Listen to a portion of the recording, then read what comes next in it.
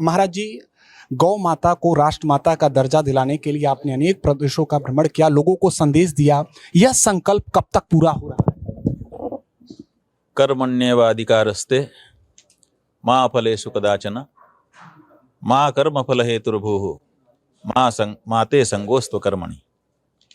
हम सनातन धर्मी हैं और भगवान ने जो हमको रास्ता बताया है वो ये बताया है कि तेरा अधिकार कर्म में है, कर्म के फल की इच्छा मत कर और ना तो अकर्मी बन।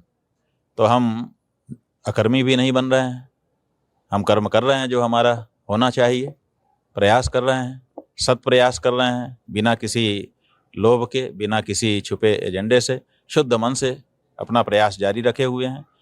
सिद्धि कब होगी ये ईश्वराधीन है, इसलिए उसके बारे में हम कुछ नहीं बोलते हैं। और हमको तो अभी ही सिद्धि दिखाई दे रही है। आप देखिए, कहते हैं कि शुरुआत में ही जब सिद्धि मिलने लगे तो इसका मतलब कि आगम अच्छा है। आप देखिए, हम निकले 36 प्रदेशों में जा रहे थे और हम 7-8 प्रदेशों में गए, तभी महाराष्ट्र प्रदेश ने राज्य माता के रूप में गौ माता को घोषित कर दिया। कितनी बड़ी सफलता है। महाराष्ट्र तो कोई सामान्य प्रदेश थोड़े है, भारत की आर्थिक राजधानी है और वहाँ से गौ माता को राज्य माता के रूप में घोषित किया जा चुका है। कई प्रदेशों के मुख्यमंत्री इस बारे में विचार विमर्श कर रहे हैं और कई जगह के नेता प्रतिपक्ष इस बारे में कह रहे हैं कि अगर सत्ता पक्ष नहीं लाएगा तो हम प्राइवेट मेंबर बिल ले आएंगे। और देश के जितने सांसद हैं और जितने भी विधायक हैं उन सब के साथ हम लोगों की कहीं ना कहीं हमारे गौ सांसदों और गौ विधायकों के माध्यम से चर्चा चल रही है। तो सब खड़े होंगे, क्योंकि ये देश की भावना है, ये कोई अकेले हमारी भावना नहीं है, ये पूरे देश की भावना है और लंबे समय से इसको प्रकट किया जाता रहा है, लेकिन पूरा नहीं किया किसी ने। अब वो समय आ गया है कि इस बारे में हम लोग चाहते हैं कि निर्णय अंतिम हो जाए। या तो हमारे देश के नेता गौ माता को माता कह करके संबोधित करके हमारे हृदय को तृप्त कर दें और हम उनको अपना भाई अपनी बहन कह सकें, और नहीं तो अब ये साफ हो जाए कि ये गाय के नहीं है, और जब गाय के नहीं है तो हमारे भी नहीं है। जैसा कि आपने बताया कि महाराष्ट्र में राज्य माता का दर्जा गौ माता को मिल चुका है। सबसे बड़ा प्रदेश उत्तर प्रदेश भी है, जहां पर भगवान शिव की, भगवान विश्वनाथ, भगवान शंकर और भगवान कृष्ण और भगवान राम की भी भूमि है। आपको क्या लगता है, कोई व्यवधान है क्या उत्तर प्रदेश में? क्योंकि उत्तर प्रदेश, क्या सरकार इस तरफ? देखिए, हमको तो ये लगता था कि उत्तर प्रदेश में गौ हत्या नहीं होती होगी, गौ हत्या से विरत होगा, क्योंकि यहाँ के जो मुख्यमंत्री जी हैं वो स्वयं गोरक्ष पीठ से आते हैं, महंत हैं। तो हम लोगों को यही पता था कि इनके यहाँ तो होगा ही नहीं, इसलिए यहाँ के बारे में हम लोग सोच ही नहीं रहे थे। लेकिन जब हम 36 प्रदेशों की यात्रा के लिए निकले और अरुणाचल प्रदेश जाने लगे, तो अरुणाचल प्रदेश के एक व्यक्ति ने खड़े होकर के कहा कि शंकराचार्य जी यहाँ आ रहे हैं, यहाँ आने की ज़रूरत नहीं है, इसके पहले वो जहाँ से उत्तर प्रदेश से आ रहे हैं पहले वहाँ का डाटा देखें। और वहाँ तो पूरे देश में सबसे ज़्यादा गौमांस का निर्यात अगर कहीं से होता है तो उत्तर प्रदेश से होता है। तो हमारा माथा ठनक गया ये सुन करके कि ये क्या कह रहा है।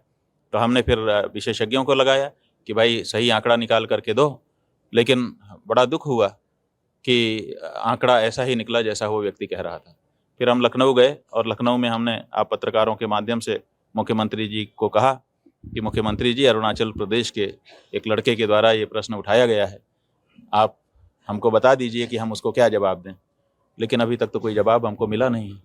तो ये बहुत रोमांचक है, दुख का कारण है कि उत्तर प्रदेश, जहाँ राम को और कृष्ण को पूजा जाता है, जहाँ राम जन्मभूमि में मंदिर बनाने की बात कही जा रही है, और जिस गाय के लिए राम आए उस गाय को काट काट करके बेचा जा रहा है, जहाँ पर कृष्ण जन्मभूमि को प्राप्त करने के लिए लोग खड़े हो रहे हैं कि हम कृष्ण जन्मभूमि प्राप्त करेंगे, और जिस गाय के पीछे पीछे कृष्ण चले उसके बारे में कोई बात ही नहीं हो रही है। जहाँ पर भगवान विश्वनाथ की, शिव जी की बात होती है, शिव जी के तो झंडे में ही वृषभ अंकित है, बिना वृषभ के उनका झंडा ही नहीं बनता है, उनका एक नाम ही वृषभ ध्वज है। तो जहाँ पर राम हो, चाहे कृष्ण हो, चाहे शिव हो, सब गौभक्त देवता विराजमान हैं, जिससे इस उत्तर प्रदेश की पहचान है। उस उत्तर प्रदेश में अगर गौ माता के बारे में उनके प्राण और उनकी प्रतिष्ठा दोनों खतरे में दिखाई देती है, तो ये दुख की बात है। महाराज जी, यहाँ आप एक संकल्प लेकर चले हैं कि पूरे विश्व में गौ माता के कटने पर पूरी तरह से प्रतिबंध लगे, वहीं देश में एक विषय पर अब चर्चा शुरू हो चुकी है कि बटेंगे तो कटेंगे। आपको क्या लगता है कि हमारे सनातन धर्म में अब लोग जातियों में बटे हुए हैं, क्योंकि ये जो गूंज है वो महाराष्ट्र से लेकर उत्तर प्रदेश तक अब सुनाई दे रही है? देखिए, बटेंगे तो कटेंगे। आप कह रहे हैं कि जातियों में बटे हैं। सच बात यह है कि हिंदू समाज जातियों में नहीं बटा है। जातियां तो खेत की क्यारी जैसी हैं कि भाई पानी रोकने के लिए हमने क्यारी मेड़ बना दी है, इससे ज़्यादा उसका कोई महत्व नहीं है। आप देखिए, यहाँ भी इतने सारे लोग बैठे हैं, हमने किसी की जाति नहीं पूछी और कोई किसी की जाति नहीं पूछ रहा है, हम सब इकट्ठा होकर के बैठे हुए। असल में जो आज की तारीख में बांटने का मसाला है वो राजनीति है। आज आप देखिए कि घर घर में झगड़ा हो रहा है, तू इस पार्टी का, तू इस पार्टी का, तू इस पार्टी का, तू इस पार्टी का। इस पार्टी वाला उसको गाली दे रहा है, उस पार्टी वाला उसको गाली दे रहा है, वो पार्टी वाला उसके विरुद्ध षड्यंत्र कर रहा है। आज तो देश को बांटने का काम राजनीतिक दल कर रहे हैं। इतना अधिक इन्होंने माहौल खड़ा कर दिया है कि भाई भाई अलग हो गया है इनसे। पार्टियां इस समय समाज को बांट रही हैं और बटेंगे तो कटेंगे।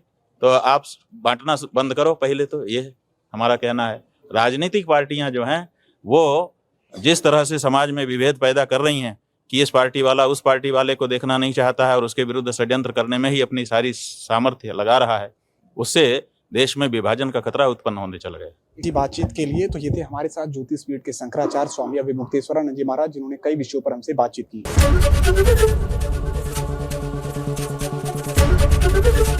एबीपी गंगा, खबर आपकी, जुबान आपकी।